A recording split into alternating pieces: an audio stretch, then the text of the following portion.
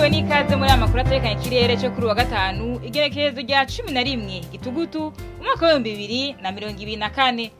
Ejo mu gitondo hitezwe imvura mu ntara za Makamba, Bururi, Rumonge, Bujumbura, Bubanza na Cibitoke. Mu z'intara zisigaye z'igihugu hakazorangwa ikirere kirimwo ibicu vyinshi. Ahazoba hakanye gusumba handi ni mu ntara za Mwaro, Gitega, Muramvya na Kayanza. Ibipimo bizoba biri kuri degre Celsius 14. Ku muhingamo naho hitezwe imvura mu ntara zose zigize igihugu cacu.